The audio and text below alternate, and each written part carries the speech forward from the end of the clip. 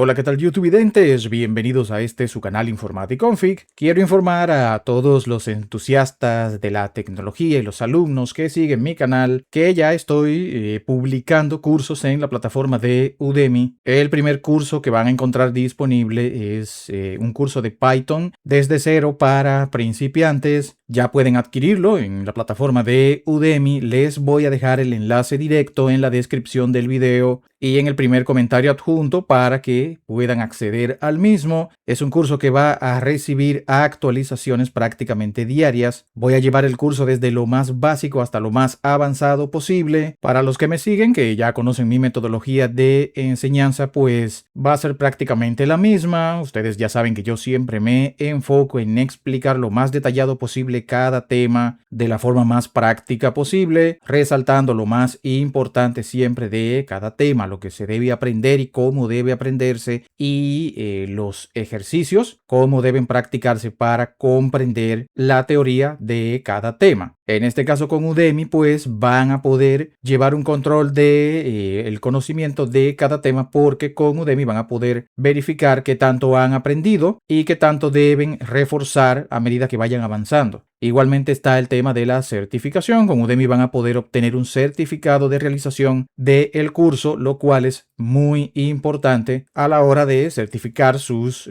conocimientos. Entonces, ¿por qué Udemy? Bueno, el objetivo es que ustedes tengan una ruta de aprendizaje estructurada, que puedan avanzar a su propio ritmo y que puedan completar el aprendizaje con ejercicios más prácticos. Esta es una de las diferencias importantes en relación a, pues, los cursos que imparto en YouTube. Como les dije anteriormente, también, pues, van a llevar mejor control de su conocimiento, ya que Udemy es una plataforma que tiene una estructura mucho más académica que YouTube. Entonces, pues, empiezo con Python. Y si se preguntan por qué Python, bueno, Python actualmente es el lenguaje fundamental para áreas como ciencia de datos, automatización, machine learning, desarrollo de aplicaciones, análisis de información, desarrollo de software y, claro está, la tendencia número uno en tecnología, inteligencia artificial. Aprender Python hoy en día, pues, básicamente es una de las mejores inversiones que puedes hacer en ti mismo en tus desarrollos de conocimientos tecnológicos. Y pues en este 2026 aprender Python